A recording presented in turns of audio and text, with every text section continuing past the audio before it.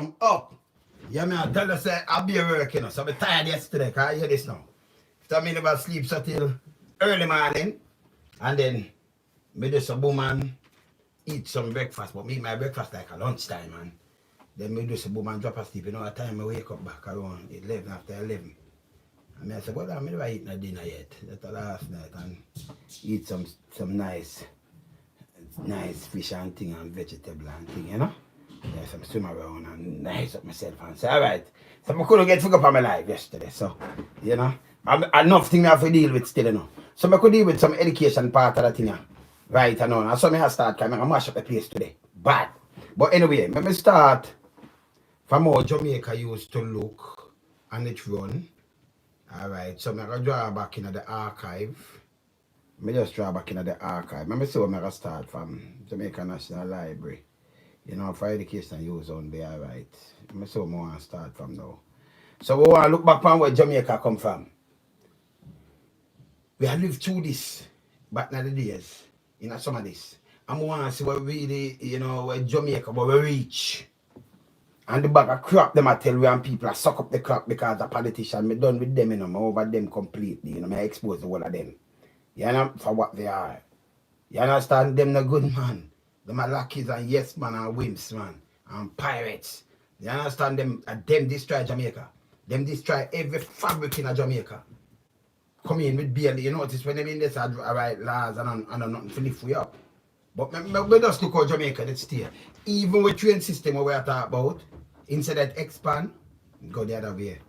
So let me just look on some things, education and purpose. Alright, so I could look on the train first and then I look on the bus and then I look. And we look at the background and some of that things, see? So, we just keep it up real, you know. So if you look at the background where we are come from and what we supposed to do, we're not there, you know. But we look on this. Education and purpose only. Morning, Carlene.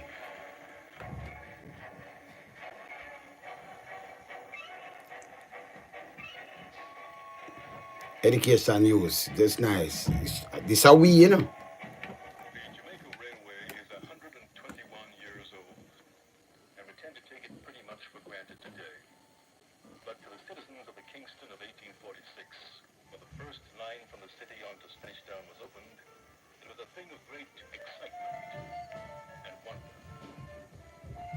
The company's new steam engine, the projector, having been attached, the train consisting of some 8 or 10 well-filled carriages started on the first railway excursion in the British West Indies. The band of the West India Regiment taking its stand in the last third-class carriage and playing lively airs throughout. The train passed at a slow speed through the suburban portions of the line, which were densely thronged on both sides with crowds of wondering citizens who loudly cheered the novel exhibition as it passed before them. In the 121 years since 1846, the railway has been in constant use.